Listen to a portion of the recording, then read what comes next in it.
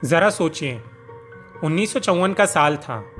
भारत में स्वतंत्रता को कुछ ही साल हुए थे, लेकिन एक महान सभ्यता, सिंधु घाटी सभ्यता के सबसे प्रसिद्ध स्थल जैसे मोहनजोदड़ो और हड़प्पा अब पाकिस्तान में थे। भारतीय आर्कियोलॉजिस्ट के मन में एक ही सवाल था, क्या भारत में भी कोई ऐसा स्थल हो सकता है जो उस अद्वितीय सभ्यता की कहानी बताए। यही सोचकर भारतीय आर्कियोलॉजिस्ट डॉक्टर SR राव ने गुजरात की गर्म वीरान जमीनों की ओर रुख किया। एक दोपहर जब वो मिट्टी के एक छोटे से टीले की खुदाई कर रहे थे, अचानक उनकी नजर एक अजीब सी संरचना पर पड़ी। उनकी उत्सुकता बढ़ गई।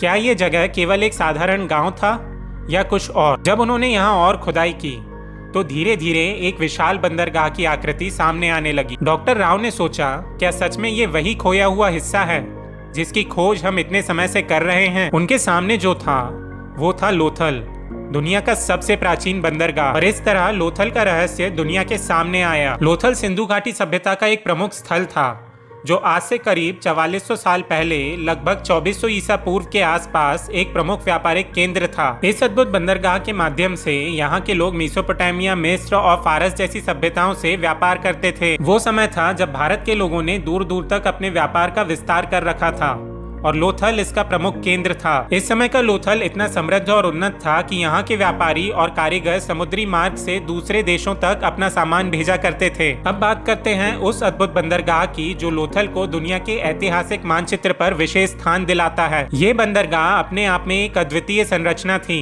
जो एक जलाशय से जुड़ी हुई थी। ये जलाशय इस प्रकार से बनाया गया था कि जब समुद्र में ज्वार आता तो पानी अपने आप बंदरगाह में भर जाता और जब भाटा आता तो पानी निकल जाता, जिससे नावें आसानी से बाहर आ जा सकती थी। इस बंदरगाह की चौड़ाई करीब 37 मीटर और गहराई लगभग 4 मीटर थी। ये देखकर वैज्ञानिक आज भी हैरान रह जाते हैं कि उस युग में इतनी आधुनिक तकनीक और जल निकासी प्रणाली का प्रयोग कैसे किया गया होगा। लोथल का सिटी लेआउट सिंधु घाटी सभ्यता की उन्नत शहरी योजना का प्रमुख उदाहरण है। इस नगर को 2 मुख्य हिस्सों में बांटा गया था, ऊंचा शहर और निचला शहर। ऊंचे शहर में प्रशासनिक अधिकारी, धनी व्यापारी, शासक रहा करते थे, जबकि निचले शहर में कुशल कारीगर, शिल्पकार और साधारण व्यापारी निवास करते थे। हर घर में जल निकासी के लिए एक नाली होती थी जो मुख्य नालियों में जाकर मिलती थी। सोचिए, एक ऐसा समय जब बाकी दुनिया की कई जगहों पर जल निकासी की व्यवस्था का नामो निशान तक नहीं था, तब लोथल के लोग स्वच्छता और संरचना में इतने उन्नत थे। खुदाई के दौरान लोथल में ऐसी अनमोल कलाकृतियां मिली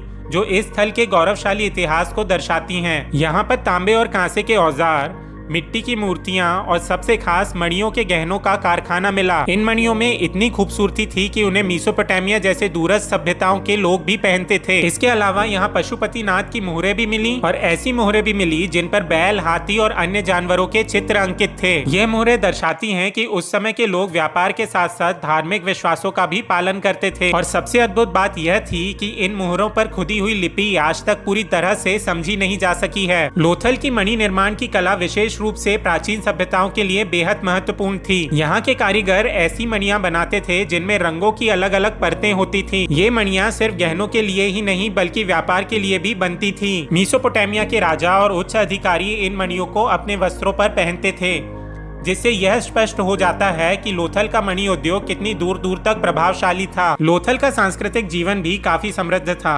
यहाँ के लोग केवल व्यापार ही नहीं करते थे बल्कि संगीत, कला और शिल्प के प्रति भी गहरी रुचि रखते थे। माना जाता है कि यहाँ के लोग समाज में सांस्कृतिक उत्सवों का आयोजन करते थे जहाँ संगीत और नृत्य का विशेष स्थान था। पर किसी भी सभ्यता की तरह लोथल का भी अंत समय आया। करीब 1900 ईसा पूर्व के आसपास अचानक यहाँ के लोग इस नगर को छोड़कर जाने लगे। इसका मुख्य कारण शायद नदी का मार्ग बदल जाना था, जिससे यहाँ की व्यापारिक गतिविधियां बाधित हुई। इस क्षेत्र में सूखे और जलवायु परिवर्तन के कारण ये स्थल धीरे धीरे वीरान होने लगा। आज लोथल भारत की धरोहर और इतिहास का ऐसा हिस्सा है जो हमें अपने गौरवमयी अतीत की याद दिलाता है। यहाँ की पुरानी गलियां, कलाकृतियां और अद्वितीय बंदरगाह न केवल हमारे इतिहास का परिचय कराती हैं बल्कि ये हमें सिखाती हैं कि भारत की सभ्यता और संस्कृति कितनी प्राचीन, उन्नत और समृद्ध रही है। अगर आपको हमारी ये रहस्यमयी कहानियां पसंद आ रही हैं तो चैनल को सब्सक्राइब करना ना भूलें ताकि आप इतिहास के और भी दिलचस्प किस्से जान सकें। फिर मिलते हैं दोस्तों।